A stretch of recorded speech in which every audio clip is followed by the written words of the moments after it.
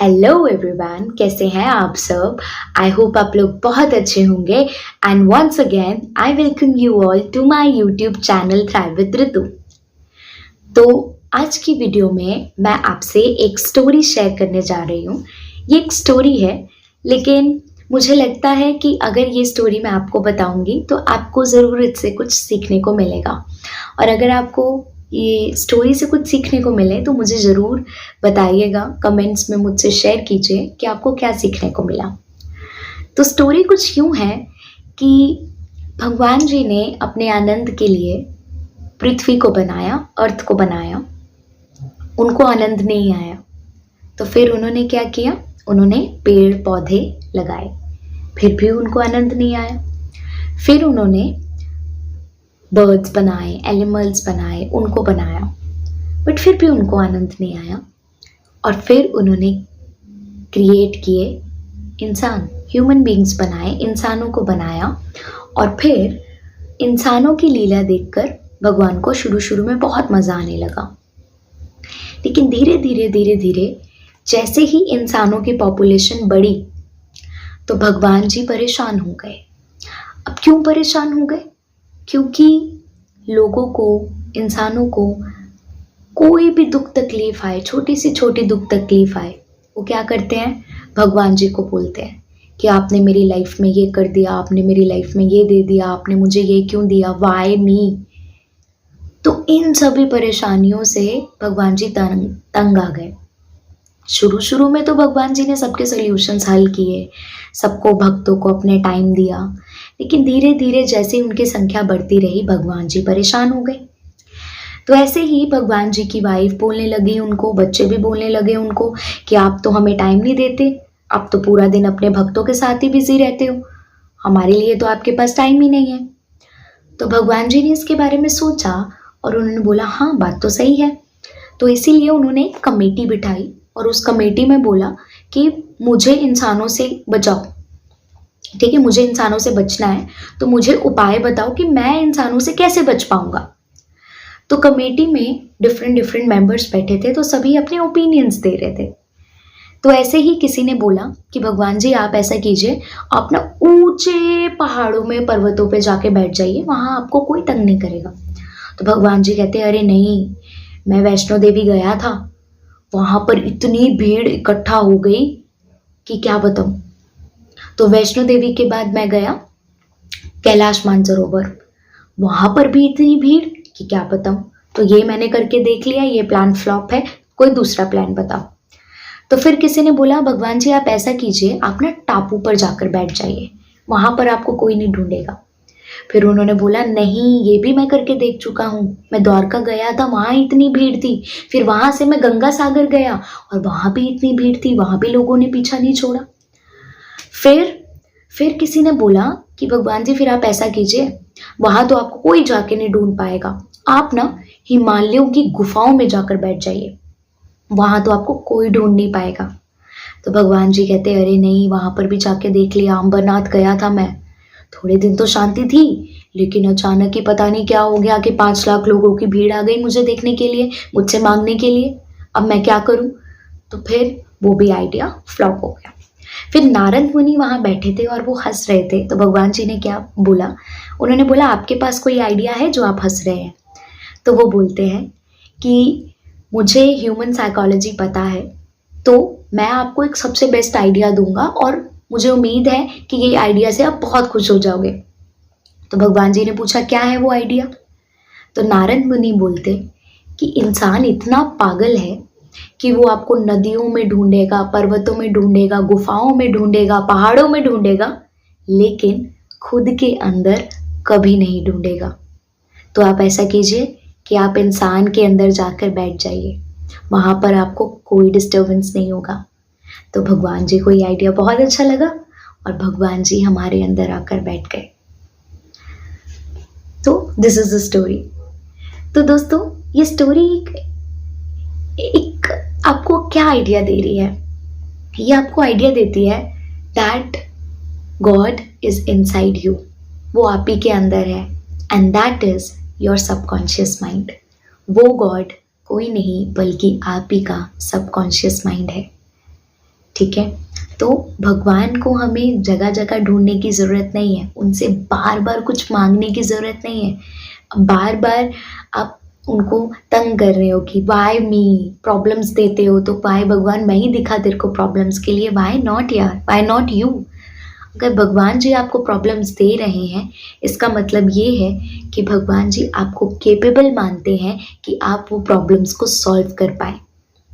तो हिम्मत दिखाइए, ये आपकी लाइफ है, आपको लड़ना पड़ेगा, आप ही को करना पड़ेगा जो करना है।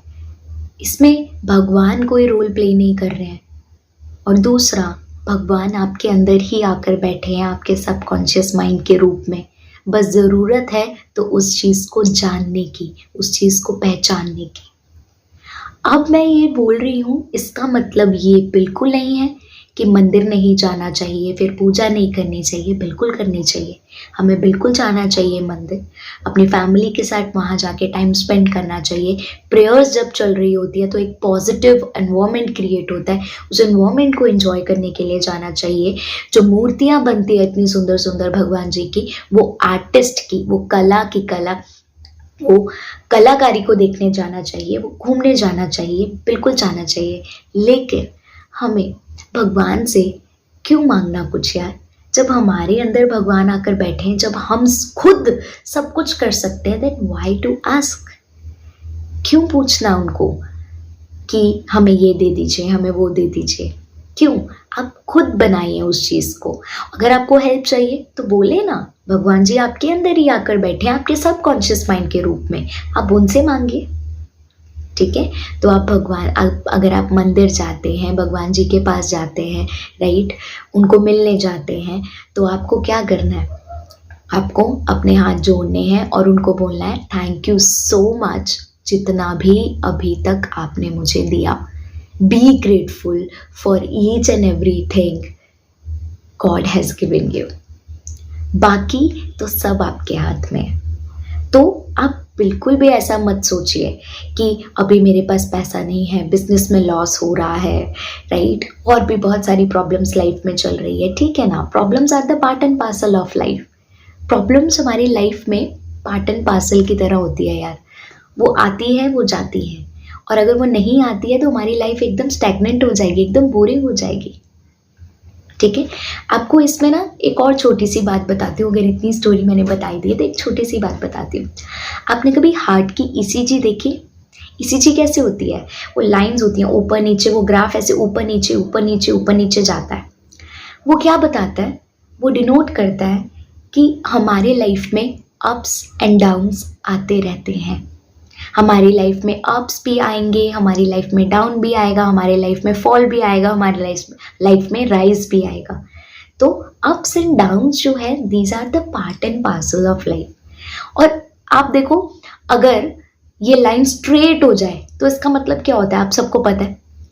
अगर आपके पास एक ग्राफ है, उसकी लाइन ईसीजी, आपके हार्ट की ईसीजी एकदम स्ट्रेट हो जाए, इसका मतलब क्या होता है? इसका मतलब होता है the person is dead. Means अगर उसकी लाइफ एकदम स्मूथ हो जाए, उसकी लाइफ में कोई अप्स एंड डाउन्स ही नहीं है, then a person is no more, a person is dead. So ऐसा कभी मत सोचिए कि आपकी लाइफ में कितनी प्रॉब्लम्स हैं, मनी रिलेटेड प्रॉब्लम्स है, या बिजनेस में कोई लॉस हो रहा है, कोई भी प्रॉब्लम है, तो ऐसा बिल्कुल मत सोचिए कि ये भगवान जी आपके साथ कर रहे हैं। ऐसा कुछ नहीं है। These are the circumstances that will come and that will go. वो आएंगे और जाएंगे। ठीक है। आप कैसे उसको ब्यूटीफुली हैंडल करते हैं, वो इम्पॉर्टेंट है। ठीक है। तो ये है आपके सबकॉन्शियस माइंड की पावर।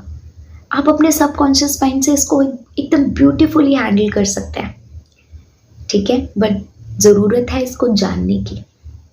हाँ, अब आप ऐसा नहीं सोच सकते कि मैं चाहता हूँ कि मेरे पास पैसा आ जाए, और आपने ये विजुअलाइज किया रातों रात कि मैं सुबह उठूँ और मेरे बेड पर मुझे पैसा ही पैसा दिखे, है ना। मतलब ऐसे आप अनरियलिस्टिक चीज़ें नहीं कर सकते, क्योंकि जब आपने डिसाइड कर लिया ना that you want to be a millionaire, आपको पैसा चाहिए, right, you want to be a करोड़पति, तो पहले आपको करोड़पति वाला एटीट्यूड भी डेवलप करना पड़ेगा।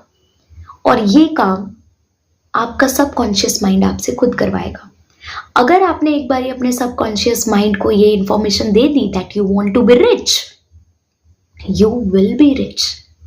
बट उसके लिए जो मेहनत करनी पड़ेगी, जो हार्डवर्क करना पड़ेगा, जो स्मार्ट वर्क करना पड़ेगा, वो खुद ब खुद आपका सबकॉन्शियस माइंड आपसे करवाएगा। Don't worry. और देखते ही देखते आप ना ही सिर्फ एक बहुत ही रिच इंसान बन जाएंगे, बट आप साथ ही साथ एक बहुत अच्छे इंसान बन जाएंगे। और लोग आपसे पूछेंगे कि आप इतने अच्छे कैसे हैं, हमें भी बताइए, हमें भी कुछ टिप्स एंड ट्रिक्स दीजिए। ठीक है, तो बिल्कुल नहीं सोचना है ऐसा, और हमेशा मंदिर जाकर कंप्लेंट्स नहीं करनी है भगवान जी को कि आपने ऐसा कर दिया वैसा कर दिया। Be grateful for what ever you have. ठीक है, क्योंकि अगर हम उन चीज़ों के लिए ग्रेटफुल नहीं होते हैं ना जो हमारे पास है, तो एक दिन वो चीज़ भी हम खो देते हैं। तो जितना कुछ है, जो भी मिला है, बी ग्रेटफुल। और बहुत कुछ आगे पाने को है तो उनसे हिम्मत मांगिए, उनसे शक्ति मांगिए कि मैं अपनी लाइफ में ये सब कुछ पाना चाहता हूँ, पाना चाहती हूँ, तो प्लीज़ मुझे शक्ति दीजिए कि मैं ये सब कुछ पा सकूँ। ठीक है, तो आज की वीडियो में सिर्फ इतना ही। आज की वीडियो में मैंने सिर्फ आपसे एक शॉर्ट स्टोरी शेयर करनी थी, बट बातें करते करते काफ़ी टाइम हो गया है, तो आज की वीडियो में सिर्फ इतना ही बोलूँगी। लेकिन अगर आपको ये वीडियो अच्छी लगे, इन्फॉर्मेटिव लगे, आपको लगता है कि शेयर करनी चाहिए, तो प्लीज़ शेयर कीजिए, लाइक कीजिए, and yes, please don't forget to follow my YouTube channel thrive with Ritu. Thanks for watching.